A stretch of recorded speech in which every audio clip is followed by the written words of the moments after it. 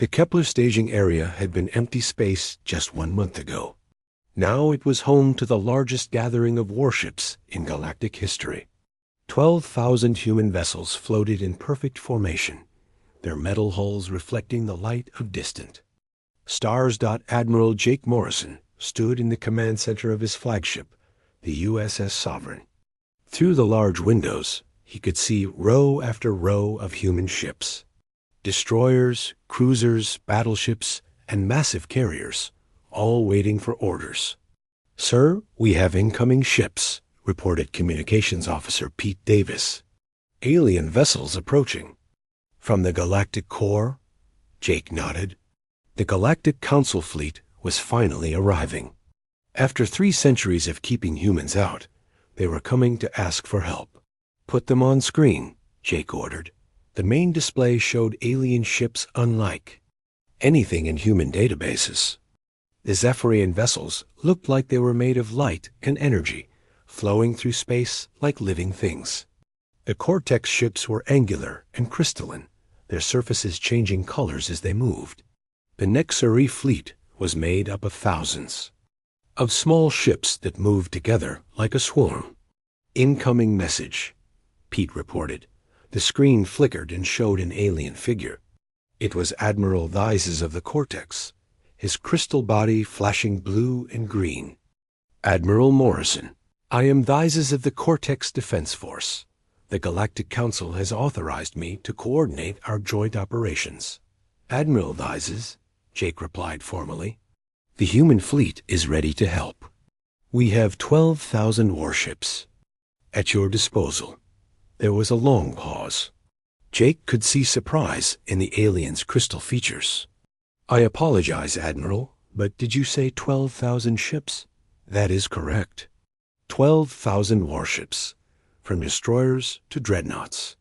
We also have supply ships, repair vessels, and mobile shipyards." If a crystal being could look shocked, Theises managed it. The Council expected perhaps a few hundred vessels. "How did your species build such a fleet?" Jake kept his expression neutral. "We have been preparing for this kind of threat for 3 centuries. You taught us the galaxy was a dangerous place." Within hours, Jake found himself in a virtual meeting with the top alien commanders. The technology was impressive. He could see and talk to beings who were light years away, as if they were in the same room. Elder Zara of the Zephyrians spoke first. Her voice was like music. "Admiral Morrison, we are grateful for your assistance. However, we must discuss how our forces will work together." "I agree," Jake said. "We need to combine our strengths. Human ships have heavy weapons and strong armor. Your ships have speed and special abilities we do not have." High Admiral Vex of the Nexari made a buzzing sound. "The humans understand military strategy. This is unexpected." Jake smiled slightly. "We have been studying your ships and tactics for 300 years. We know your strengths and weaknesses." The aliens looked uncomfortable. They had never thought the humans were paying attention. "I propose joint task forces," Jake continued. "Human ships will work with alien ships. We provide firepower.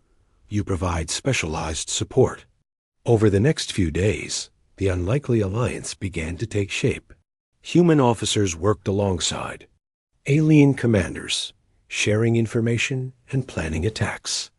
The language barrier was smaller than expected. Humans had been listening to alien communications for centuries. Captain Amy Chun found herself assigned to patrol duty with a Zephyrian cruiser called the Harmony Wind. The alien ship was beautiful, its hull seeming to flow like water through space. Her own destroyer looked crude and blocky in comparison. Zephyrian vessel. "Harmony Wind, this is USS Defiant. Ready to begin joint patrol." "Acknowledged, Defiant. Your ship carries impressive weapons. Are all human vessels so heavily armed?" Amy looked at her weapons display. The Defiant had enough firepower to destroy a small moon. "This is actually light armament for our fleet." There was a pause. We are beginning to understand why the Council reconsidered their position. The joint patrols revealed interesting differences between human and alien ships. The Zephyrian vessels were fast and graceful, but their weapons were designed for precision, not destruction. The Cortex ships had incredible sensors and communication systems, but were lightly armed. The Nexarii swarmed with thousands of small fighters, but each individual ship was weak. Human ships were different. They were built for war, pure and simple. Heavy armor, powerful weapons, and shields designed to absorb massive damage. They were not pretty or graceful, but they were deadly. "Your ships are like fortresses," observed Captain Nizes during a joint training exercise, "built to fight and win." "That was the idea," replied Captain Chun. "We assumed we would be fighting for our lives." The cultural differences were harder to bridge than the technical ones. The aliens were used to careful, precise warfare. They tried to avoid unnecessary destruction. They believed in honor and rules of engagement. Humans were different. They had learned to fight dirty, to use every advantage, to win at any cost. Their ships carried weapons the aliens considered barbaric nuclear missiles, plasma cannons, and kinetic bombardment systems. "Why do you carry so many different types of weapons?" asked Commander Zenth, a young Zephyrian officer. "Because we never know what we will face," explained Commander Steve Hughes. "Every enemy is different. We need different tools for different problems." The aliens were also shocked by human logistics. The human fleet had brought everything they needed: food, fuel, ammunition, spare parts, and even mobile repair yards. They could fight for years without returning home. "You planned for a long war," observed Admiral Thizes. "We planned for any war," Jake replied. "Our ancestors learned that preparation is the key to survival." As the days passed, the joint fleet began to work together more smoothly. Human tactical officers learned to use alien sensors and communication systems. Alien crews learned to coordinate with human heavy weapons. The breakthrough came during a simulated battle exercise. The human and alien fleets worked together to attack a mock enemy force. The aliens provided speed and precision, while the humans delivered overwhelming firepower. "Excellent coordination," reported the exercise coordinator. "Enemy force destroyed in 43 minutes. Jake was pleased, but he knew the real test was still coming. The Devourers would not be as easy as a computer simulation. "Sir, we are receiving long-range sensor reports," Pete Davis announced. "The Devourer fleet is moving toward the Tertius system." Jake looked at the tactical display. Tertius 7 was a mining world with 3 million inhabitants. If the Devourers reached it, those people would die. "Signal all ships," Jake ordered. "Joint fleet will proceed to Tertius system. We engage the enemy in 6 hours." The message went out to both human and alien vessels. After weeks of preparation, they were finally going to fight together. Captain Chun felt her heart racing as the Defiant prepared for battle. Around her, the crew ran through final checks of weapons and systems. "All stations report ready," reported Lieutenant Clark. "Good," Amy said. "Remember your training. We are not fighting alone anymore. We have allies." The joint fleet moved toward the Tertius system in perfect formation. Human battleships led the way, their heavy armor ready to absorb enemy fire. Alien cruisers flanked them, their sensors searching for enemy ships. Behind them came the carriers, launching fighters to scout ahead. "Enemy contact in 30 minutes, reported the sensor operator. "Multiple targets detected." Jake stood on the bridge of the Sovereign, watching the tactical display. The Devourers were finally coming. After 3 centuries of preparation, humanity was about to fight for the galaxy. "Signal all ships," he ordered. "This is Admiral Morrison. Today we prove that humans and aliens can fight together. Today we show the Devourers what happens when they threaten our worlds. The joint fleet accelerated toward battle, ready to face an enemy that had terrorized the galaxy for millennia. The alliance between humans and aliens was about to be tested in the fire of combat. The Devourers had never faced anything like the combined fleet approaching them. They were about to learn what happened when humans and aliens fought together. The alarm bells on the USS Sovereign rang out across the ship. Admiral Jake Morrison ran to the command center, his officers already at their stations. "Report," he ordered. "Long-range sensors have detected the Devourer fleet," reported intelligence. Officer Kate Lynch. "They are 3 hours away from Tertius 7. Jake looked at the tactical display. The mining world had 3 million people living on it. If the Devourers reached them, those people would die. "How many enemy ships?" he asked. 4,000 vessels, sir. They are moving fast toward the planet." Jake opened a communication channel. "To the entire joint fleet. All ships. This is Admiral Morrison. The enemy is heading for Tertius 7. We will not let them reach those people. All vessels, prepare for battle." The joint fleet moved toward the Tertius system at maximum speed. Human battleships led the charge, their heavy armor ready to take enemy fire. Alien cruisers spread out to the sides, their advanced sensors searching for enemy ships. Captain Amy Chun stood on the bridge of the USS Defiant, watching the sensor display. The Devourer ships were getting closer. She had trained for this moment her entire career, but she had never expected to fight alongside aliens. "Captain, we are getting a signal from the Zephyrian ship Harmony Wind," reported Lieutenant Dan Clark. "Put them on screen," Amy ordered. Commander Zenth appeared on the display. The young Zephyrian looked nervous but determined. "Captain Chun, my ship will provide sensor support during the battle. Our systems can detect enemy weak points." "Acknowledged, Commander. We will provide heavy firepower to exploit those weak points." Amy felt strange working with aliens, but she was starting to respect them. They were brave, even if they did not have the same weapons as humans. The Devourer fleet came into view an hour later. Amy stared at the enemy ships on her screen. They were unlike anything she had ever seen. The vessels looked alive, their hulls pulsing with dark energy. Some were covered in what looked like organic tissue. Others had tentacles that writhed through space. "My God," whispered Commander Steve Hughes. "What are those things?" "Our enemy," Amy replied grimly. "All weapons, prepare to fire."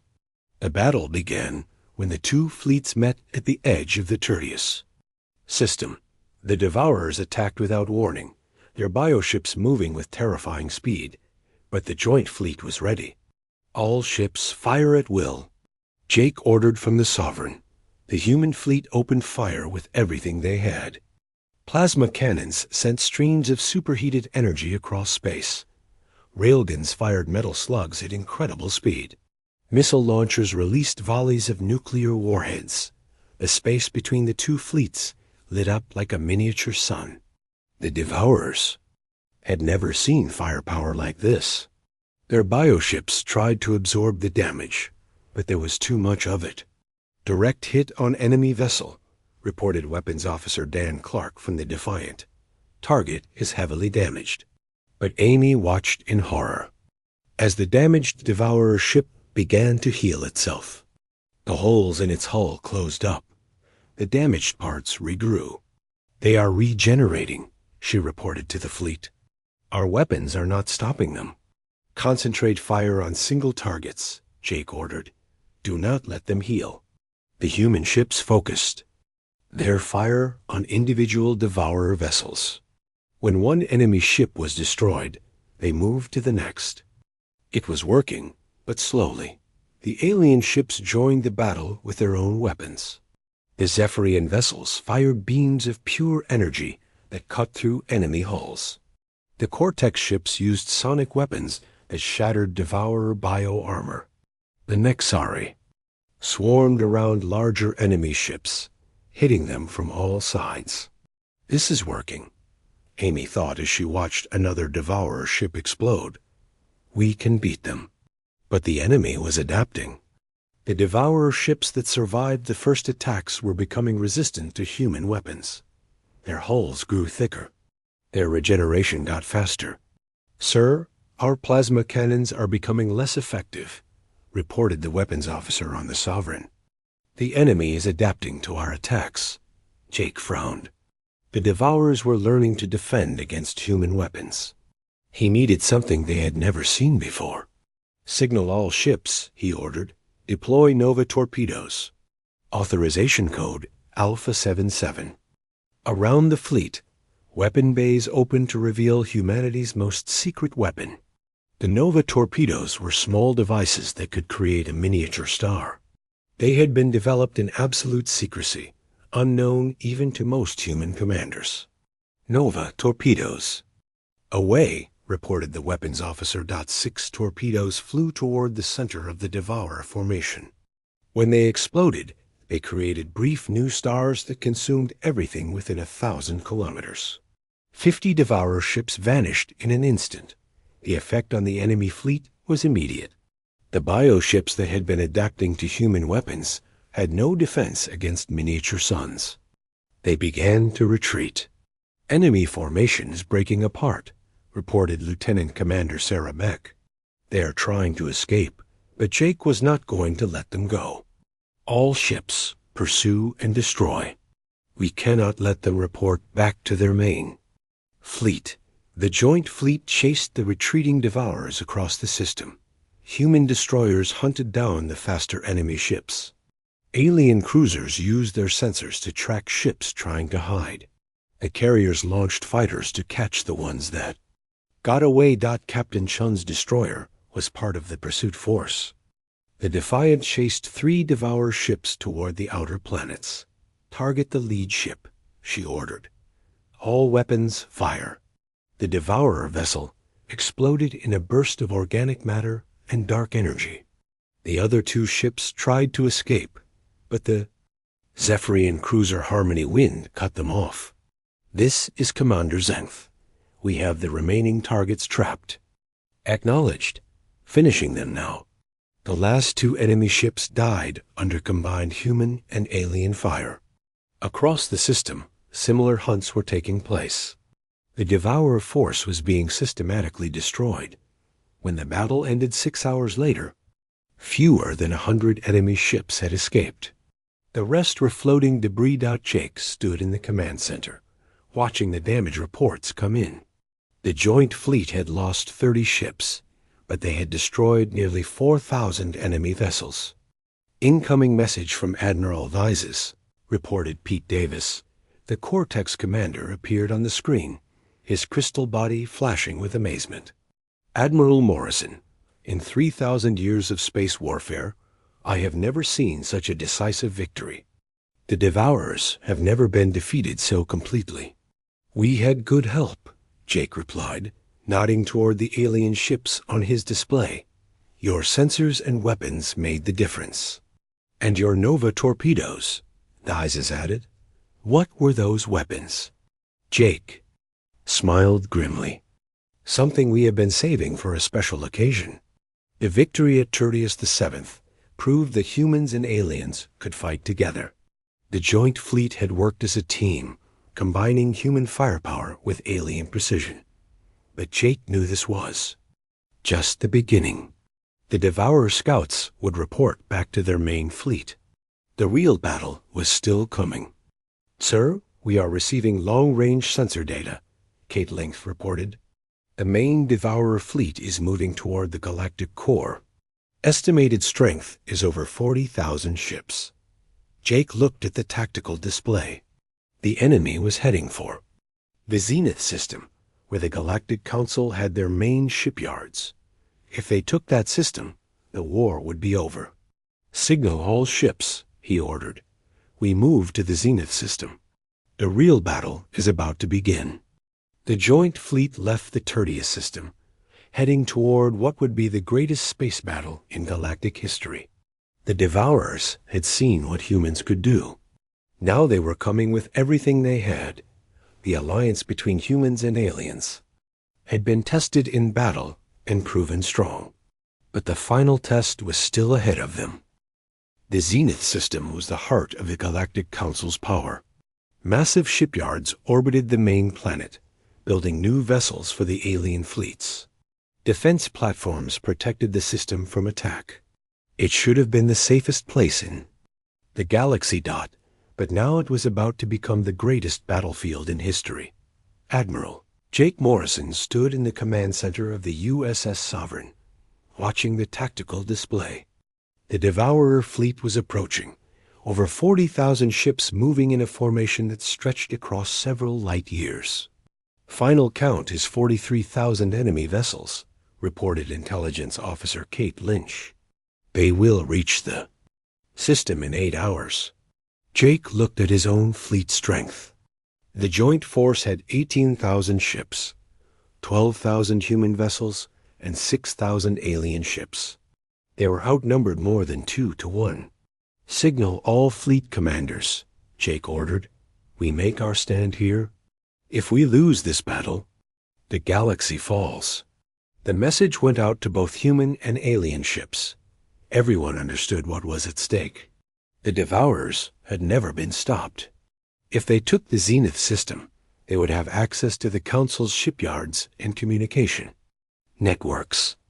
The war would be over. Captain Amy Chun stood on the bridge of the USS Defiant, watching as the joint fleet took defensive positions. Her destroyer was part of a mixed squadron with 2 Zephyrian cruisers and a Cortex battleship. A month ago, she had never worked with aliens. Now she trusted them with her life. Captain, incoming message from the Harmony Wind, reported Lieutenant Dan Clark. Commander Zenth appeared on the screen. The young Zephyrian looked calm and ready. Captain Chun, my sensors are detecting massive energy signatures from the approaching fleet. The Devourer ships are larger than anything we faced at Tertius. How much larger? Amy asked. Some of them are the size of small moons. I have never seen ships that big. Amy felt her stomach tighten. The Devourers were bringing everything they had to this battle. All ships, prepare for the enemy approach. Jake's voice came over the communication system. Remember your training. We fight as one fleet, one people. The Devourer fleet appeared at the edge of the system like a dark cloud. The bioships moved with organic grace, their hulls pulsing with evil energy. At the center of the formation was a massive vessel that dwarfed everything around it. That must be their command ship, observed Admiral Vises from his flagship. It is 3 times larger than our biggest battleship. Jake studied the enemy formation. The Devourers were not rushing in like they had at Tertius. They were taking their time, organizing their attack. They had learned from their defeat. They know we have Nova torpedoes now, Jake said to his staff. They will be ready for them. The battle began when the first wave of Devourer fighters swept toward the joint fleet. There were thousands of them, living creatures that moved through space like predators hunting prey. All-point defense systems, maximum fire, Amy ordered from the Defiant. The space around the joint fleet lit up with defensive weapons. Human pulse lasers and alien plasma beams created a wall of energy. Many Devourer fighters died, but many more got through. The creatures landed on the hulls of ships and began eating through the armor. They were like space parasites, consuming metal and energy to fuel their growth. Hull breach on Deck 7, reported Commander Steve Hughes. Those things are eating through our armor. Send damage control teams, Amy ordered. Full environmental suits. Those creatures might be poisonous. All across the fleet, ships were fighting off the biofighters. The aliens had never seen anything like this. Their ships were not designed for this kind of close combat, but human ships were different. They had been built expecting to fight dirty enemies. Special systems activated, flooding the outer hulls with electricity and toxic gas. The biofighters died by the thousands. First wave is down, reported Kate Lynch. But here comes the second wave. This time, it was not fighters. The Devourer warships themselves were attacking. They came in fast, their bioweapons firing streams of acid and energy. The joint fleet returned fire with everything they had. Human battleships sent volleys of nuclear missiles at the approaching enemy. Alien cruisers fired their precision weapons at weak points in Devourer hulls. "Direct hit on enemy cruiser," reported the weapons officer. "Target is damaged, but still advancing." Amy watched as the damaged Devourer ship began to heal itself. But this time, the regeneration was slower. The enemy had not fully adapted to the combined human and alien weapons. "Keep firing," she ordered. "Do not give them time to heal." The battle became a desperate struggle. The Devourers attacked in waves, each one larger than the last. Their bioships were hard to kill, regenerating damage and adapting to weapons. But the joint fleet held its ground. Jake watched the tactical display as his carefully planned strategy unfolded. The human ships formed a defensive wall, their heavy weapons creating killing zones that the enemy had to pass through. The alien ships provided support, their sensors guiding human fire to the most effective targets. "Enemy flagship is moving forward," reported Pete Davis. "It is heading for the center of our formation." Jake looked at the massive bioship approaching. His fleet. It was easily the size of a space station, its hull covered in weapon ports and organic growths.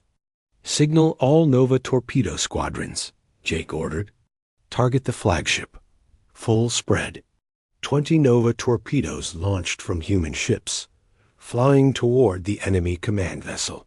Jake held his breath as he watched them approach their target. The Devourer flagship had defenses Jake had not expected. Tentacles emerged from its hull, swatting the torpedoes away like insects. Only 6 torpedoes reached their target. The explosions created 6 miniature suns around the enemy flagship. When the light faded, the massive ship was still there, its hull blackened but intact. "It survived," whispered Kate Lynch. "How is that possible?" "It is learning," Jake realized. "The flagship adapted to our Nova torpedoes." The enemy command ship continued forward, its weapons charging for a massive attack. Jake knew that if it reached the center of his fleet, the battle would be over. "All ships, concentrate fire on the flagship," he ordered. "Everything we have." The entire joint fleet turned its weapons on the massive bioship. Thousands of plasma bolts, missiles, and energy beams converged on the target. The space around the flagship became a storm of explosions and energy. For a moment, it looked like the attack was working. The enemy ship's hull cracked and burned. But then Jake saw something that made his blood run cold. The flagship was not alone. Other Devourer ships were connecting to it, merging their hulls with the command vessel. They were making it bigger and stronger. "They are combining," Admiral Theises reported. "The enemy ships are becoming one massive vessel." Jake watched in horror as dozens of Devourer ships merged with their flagship. The bioship grew larger and larger, its hull stretching and changing. When the process was complete, it was the size of a small moon. "All weapons have no effect," reported the weapons officer. "The target is too large and too well protected." Jake felt despair creeping into his heart. How could they fight something that big? But then he remembered something from his training decades ago. Sometimes the biggest targets had the biggest weaknesses. "Target the connection points," he ordered. "Where the ships join together, those areas will be weaker." The joint fleet focused its fire on the scenes where the Devourer ships had merged. At first, nothing happened. But slowly, cracks began to appear. "It is working," Amy reported from the Defiant. "The target is starting to break apart." But the megaship was fighting back. Its weapons were proportional to its size, energy beams that could destroy entire squadrons with single shots. The joint fleet was taking heavy losses. We need more firepower, Jake realized. He opened a channel to the entire fleet. All ships, prepare for ramming speed. We are going to hit that thing directly. The order was met with silence. Ramming. An enemy ship meant certain death for the attacking crew. Sir, the alien ships are requesting permission to join the ramming attack, reported Pete Davis. Jake was surprised. The aliens had always been cautious, always tried to minimize losses. But now they were volunteering for suicide missions. Permission granted, Jake said. All ships coordinate ramming runs, make every impact count. One by one, ships from the joint fleet broke formation and accelerated toward the massive bioship. Human destroyers and alien cruisers flew side by side, their crews knowing they would not survive. Captain Shun made the decision without hesitation. All hands, prepare for impact. We are going to ram the enemy flagship. The Defiant accelerated toward the massive bioship, its engines at maximum power. Around her, other ships were doing the same thing. It was beautiful and terrible at the same time. But just before impact, something unexpected happened. The megaship began to break apart on its own. The merged vessels could not hold together under the stress of battle. The target is coming apart, reported sensors across the fleet. The connection points are failing. As the Devourer flagship broke into pieces, the rest of their fleet lost coordination. The bioships began fighting independently, without central command.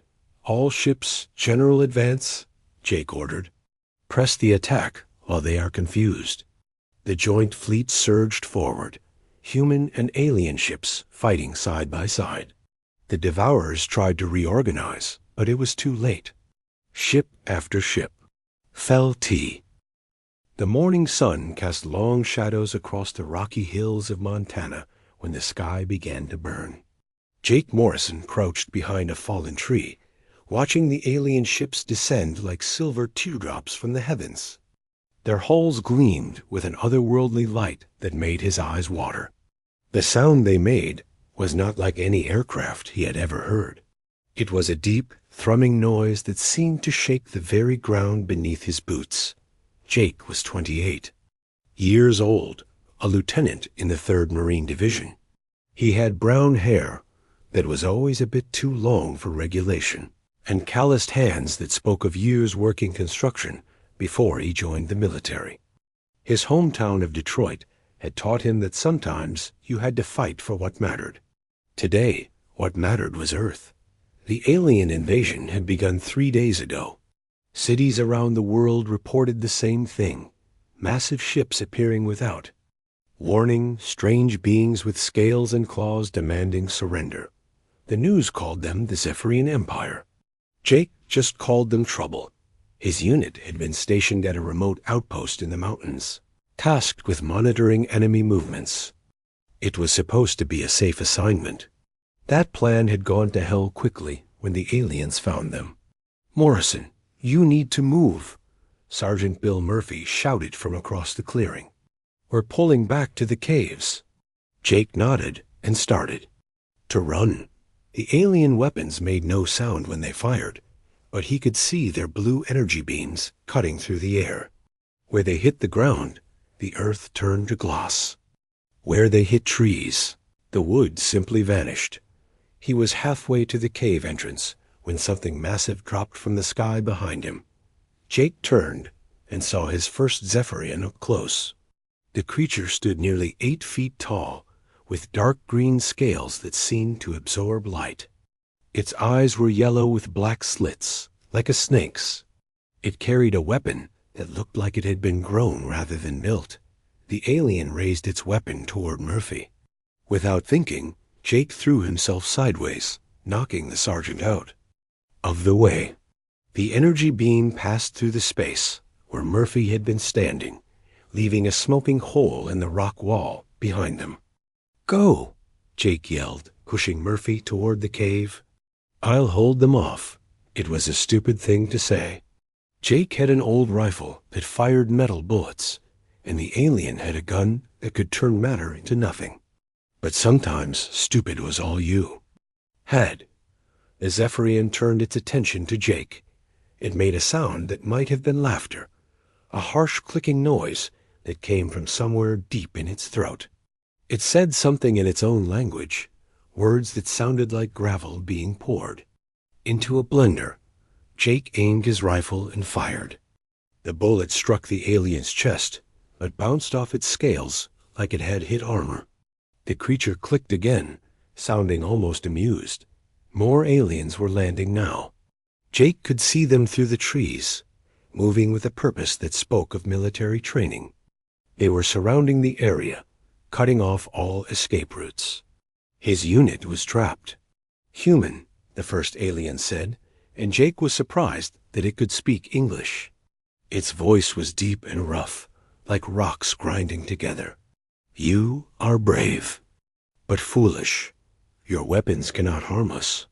Jake kept his rifle trained on the creature. Maybe not, but I'm going to keep trying. The alien tilted its head, studying Jake with those yellow eyes. You fight for a lost cause. Your world will belong to the Zephyrian Empire. General Vexthara has decreed it. Never heard of him, Jake said, but he sounds like a real piece of work. The alien made that clicking sound again. You will meet him soon. He is curious about your species. You show courage, even in defeat. This is unusual among prey animals. Jake didn't like being called a prey animal, but he had bigger problems.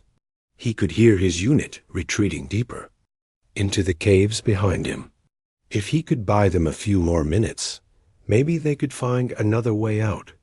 Your friends have abandoned you, the alien continued. Surrender now, and your death will be quick. Thanks, but I'll pass, Jake said. He fired again, this time aiming for the creature's face. The bullet struck its forehead and ricocheted off, leaving only a small scratch. The alien seemed to grow. Tired of the conversation, it raised its weapon and fired. Jake dove to the side, but the beam caught his leg.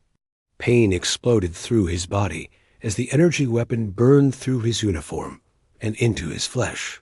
He hit the ground hard, his rifle. Skittering away across the rocks. Jake tried to stand, but his wounded leg wouldn't support his weight. The alien approached slowly, confidently. It knew he was finished. You fought well for a primitive creature, the alien said. General Vexthara will be pleased to study you. 2 more aliens emerged from the forest. They were carrying strange devices that looked like metal nets. Jake realized they weren't here to kill him. They were here to capture him. Why? Jake asked, gritting his teeth against the pain. What does your general want with me? The first alien knelt beside him, its yellow eyes studying his face. Humans are a mystery to us. You are weak, yet you fight. You are small, yet you show no fear. The general wishes to understand this contradiction before we destroy your world. The other aliens threw the metal net over Jake as soon as it touched his skin. He felt a strange tingling sensation. His muscles began to relax against his will. Some kind of paralysis weapon. Do not struggle, the alien advised. The neural dampener will make this easier. Jake wanted to struggle anyway, but his body wouldn't obey him.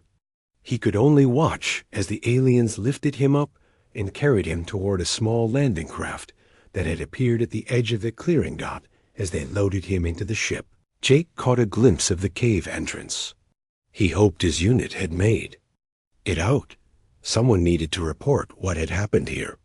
Someone needed to warn Earth about what was coming. The inside of the alien ship was like nothing Jake had ever seen. The walls seemed to be made of some kind of living metal that pulsed with soft blue light. The air tasted different, thinner somehow, with a metallic tang that made his throat burn. The first alien, who seemed to be in charge, spoke into a device that looked like a piece of coral.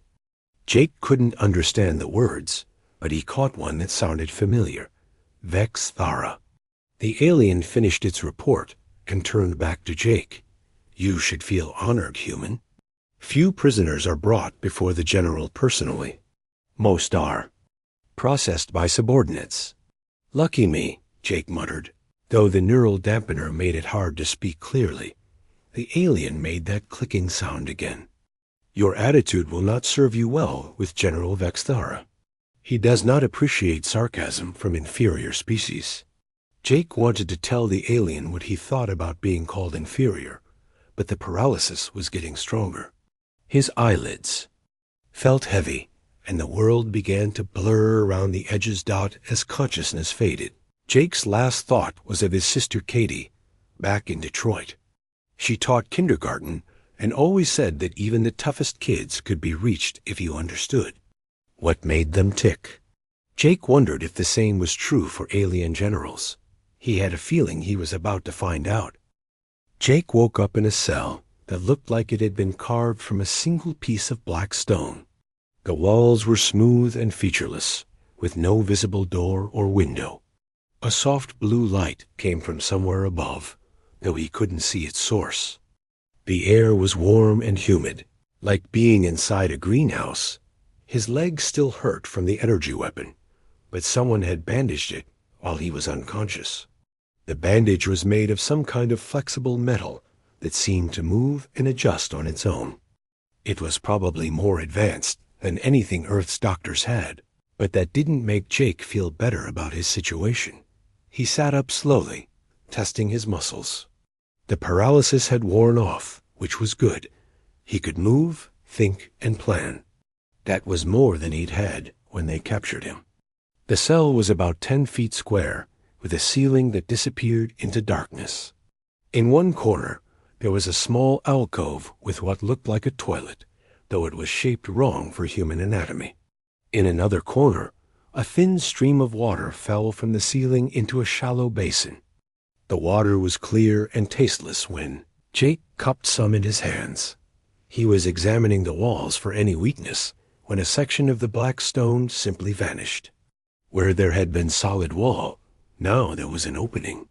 Jake tensed, ready to fight or run, but neither option seemed likely to succeed.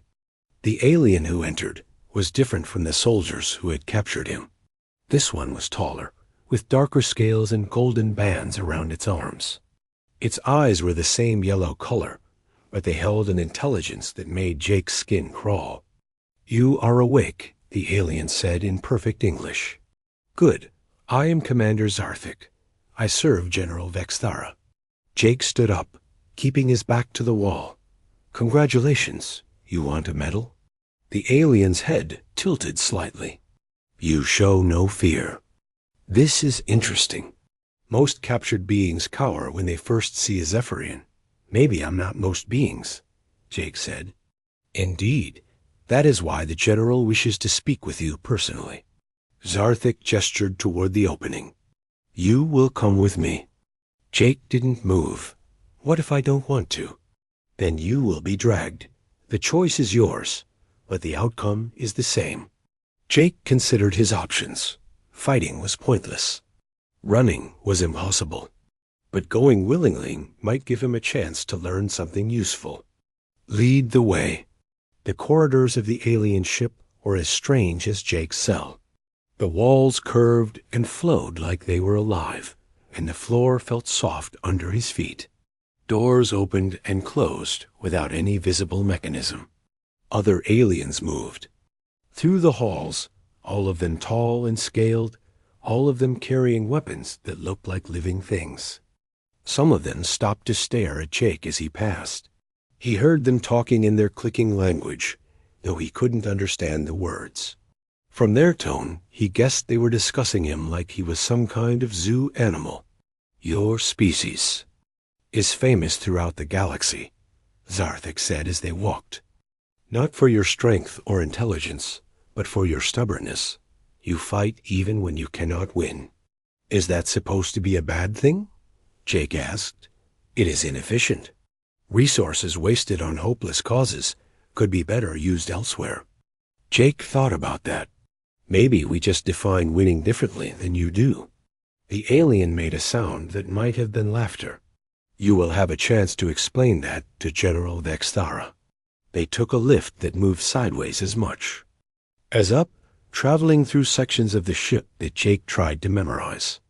If he ever got a chance to escape, he'd need to know the layout.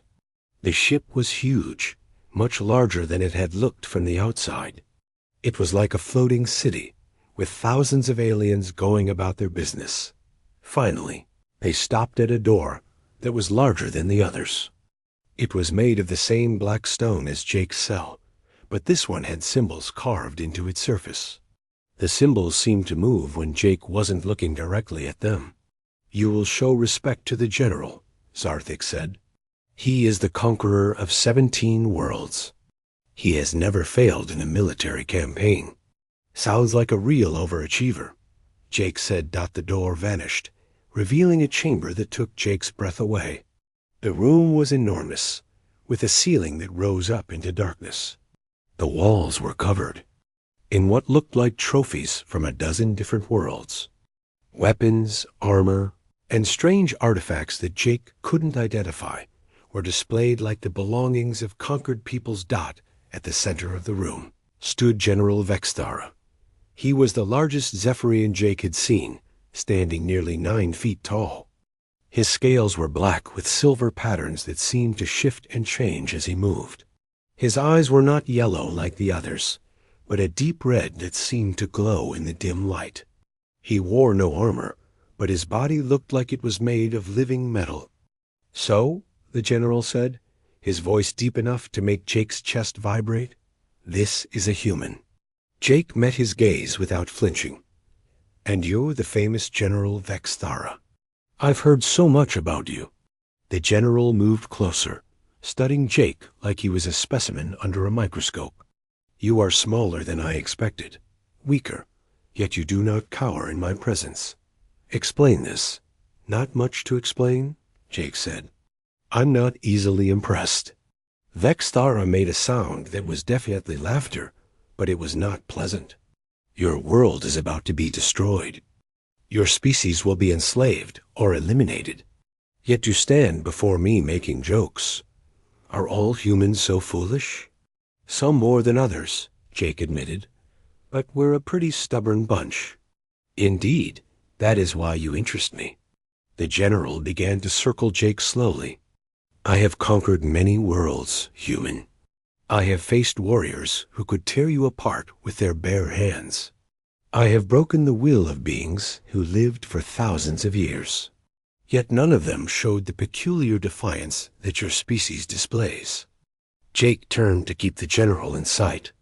"Maybe you just haven't been trying hard enough." Vexthara stopped circling and stared at Jake directly. "You think you can resist me? You think your primitive mind can withstand what I will do to you?" "I think you're about to find out," Jake said.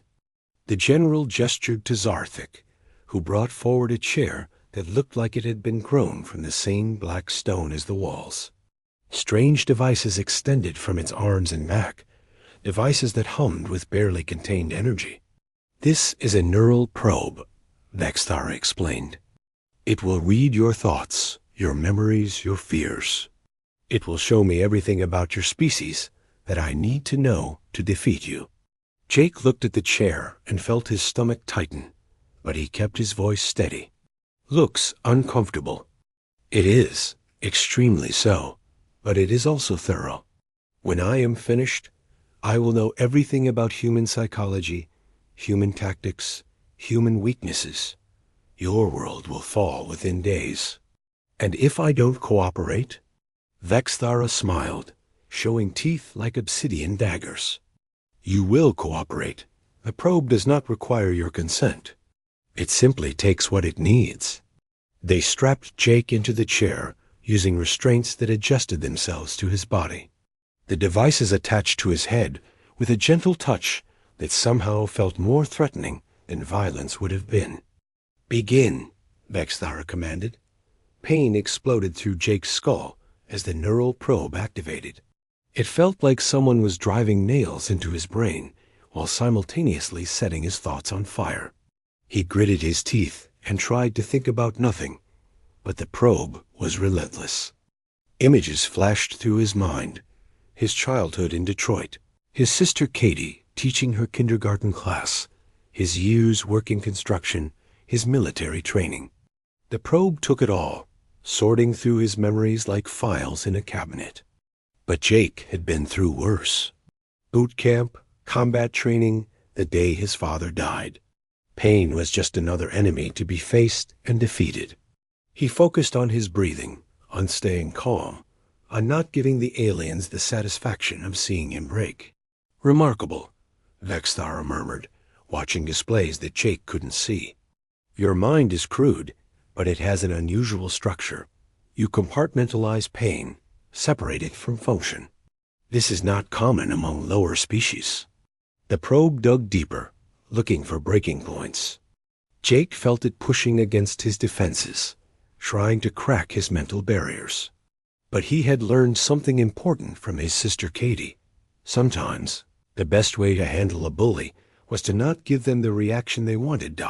So Jake began to hum. It was an old song his mother had sung to him when he was young, something about sunshine and rainbows. He couldn't remember all the words, but the melody was still clear in his mind. The probe faltered. The pain lessened slightly as the device tried to understand what it was encountering.